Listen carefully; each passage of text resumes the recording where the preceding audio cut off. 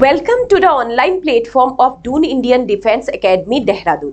मैं Pallavi Sharma current affair की इस सेशन में आपका स्वागत करती हूँ। दोस्तों, आज हम सबसे पहले बात करेंगे चाइल्ड डे के ऊपर। नेशनल चाइल्ड डे कब सेलिब्रेट किया जाता है? 24 जनवरी एवरी ईयर। इस डे को 24 जनवरी ने भारत में बहुत ही रंगारंग कार्यक्रमों के साथ इस डे को सेलिब्रेट किया। और ये डे सेलिब्रेट क्यों होता है? देखिए, भारत की सोसाइटी में एक समय पे औरत या फिर लड़कियों को काफी ज्यादा नेग्लेक्ट किया जाता था और इस सोसाइटी में काफी एक एक्सप्लॉइटेड सिचुएशन में था। इसका परिणाम स्वरूप आज भी हमारी सोसाइटी में डिस्क्रिमिनेशन देखने को मिलता है।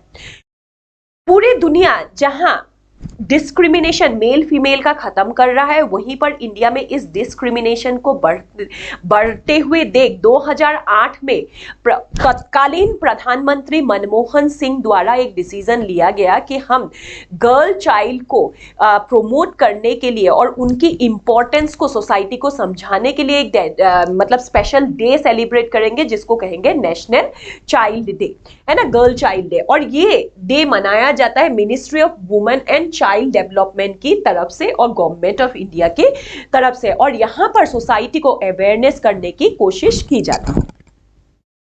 प्रधानमंत्री नरेंद्र मोदी जब उन्होंने अपना मतलब पहला शपथ लिया, उसके बाद ही उन्होंने सोसाइटी में वुमेन की इंपॉर्टेंस को समझते हुए भारत में बेटी बढ़ाओ बेटी पढ़ाओ जो है आपके प्रोग्राम की शुरुआत की थी, जिसके तहत हरियाणा जो नेगेटिव रेशियो में फीमेल मतलब बर्थ में जा रहा था, उन्होंने काफी ज्यादा इस अभियान से इसको फायदा मिला। खास तौर पे काउडंग बेल, जिसको हम लोग कह सकते हैं नॉर्दर्न प्लेन्स में बेटियों का जो एक्सप्लॉइटेड स्थिति थी, उसमें काफी सुधार मिला है। इसी के मद्देनजर रखते हुए गवर्नमेंट कई सारी कल्याणकारी परियोजनाएं चलाते हैं, जैसे सुकन्या समृद्धि योजना, कन्याधन योजना आदि। ये state government as well as central government दोनों ही चलाते हैं और इसका मकसद ये सिर्फ एक ही है कि किसी के घर में भी बेटी होने पे उसकी इन्फेंटिसाइड किलिंग ना हो। अब हम बात करेंगे दोस्तों आज के नेक्स्ट करंट अफेयर के बारे में, और आज का हमारा नेक्स्ट करंट अफेयर है नेताजी सुभाष चंद्र बोस के जन्म जयंती को लेकर। कई दिनों से newspaper as well as print media या फिर आप मतलब सोशल मीडिया किसी में भी ले लो, न्यूज चैनल में ये डिबेट का विषय बना हुआ है कि नेताजी सुभाष चंद्र बोस को लेकर कौन कितना ज्यादा योजनाएं मतलब आपके ला पाते हैं।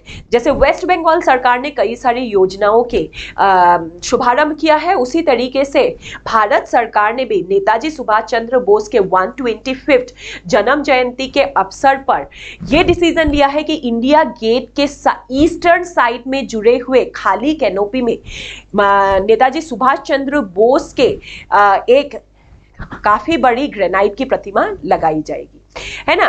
और ये ग्रेनाइट आपको इमेजेस में दिख जाएगा। ये इमेज में ग्रेनाइट की प्रतिमा इस तरीके से लगाई जाएगी और इसका ये होलोग्राम इमेज है।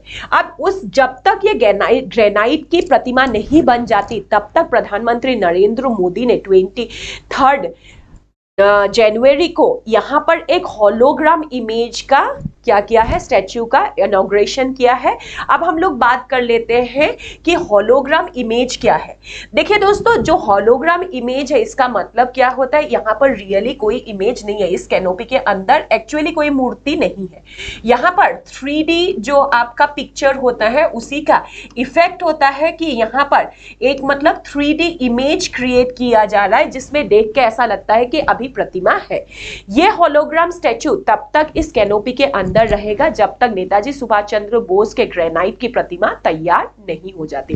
ये पूरा जो योजना है या जो ये पूरा प्लानिंग है, इसको कब डिक्लेयर किया गया था? ये डिक्लेयर किया गया था 21 जनवरी को सेंट्रल गवर्नमेंट की तरफ से, और प्रधानमंत्री नरेंद्र मोदी सर के ट्विटर हैंडल में आए हुए ट्विटर में उन्होंने ट्वीट करके ये जानकारी सबको दिया था।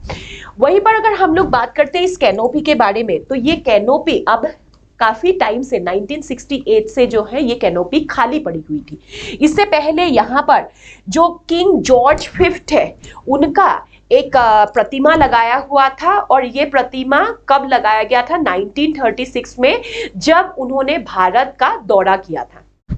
ठीक है।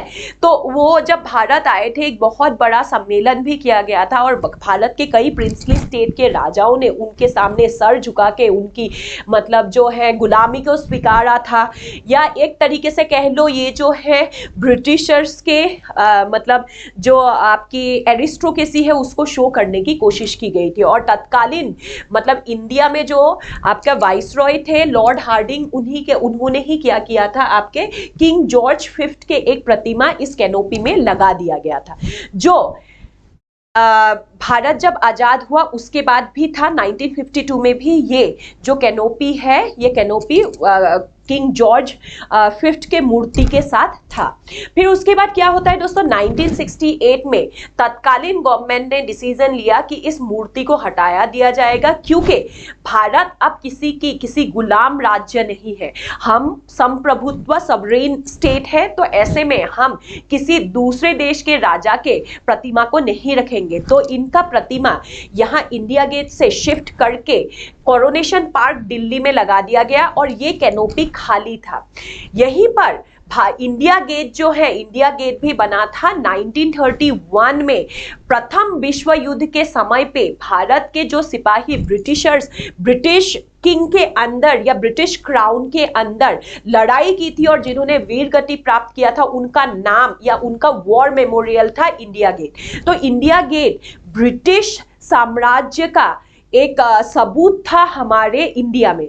ऐसे में प्रधानमंत्री नरेंद्र मोदी सर का ये इंडिया गेट के अंदर नेताजी सुभाष चंद्र बोस का ग्रेनाइट के स्टैच्यू लगाने का डिसीजन इंडिया गेट की देशीकरण के साथ जुड़ा हुआ लोग देखने की कोशिश कर रहे हैं। लोगों का मानना है कि अब जाके India get proper Indian soldiers के लिए डेडिकेटेड या डिनोटेड किया जा रहा है। इसी तरीके से आपकी क्या है 150 मीटर के आसपास ही है ये मेन इंडिया गेट से। जब भी आप इंडिया गेट जाओगे तो अब वो खाली कैनोपी आपको ना देखने को मिलेगा और उसकी जगह पे आपको नेताजी सुभाष चंद्र बोस और उनकी जो मतलब बलिदान है, उनकी जो भारत की आजादी पे अरिहना है उसको डिनोट करते हुए एक ह्यूज प्रतिमा आपको देखने को मिलेगा। This is all about today's current affair. इसी तरीके से नए करंट अफेयर देखने के लिए हमारे YouTube चैनल से जुड़े रहिए। तब तक के लिए मैं पल्लवी शर्मा विदा लेती हूं और नए करंट अफेयर तैयार करके जल्दी ही आपसे मिलती हूं। जय हिंद।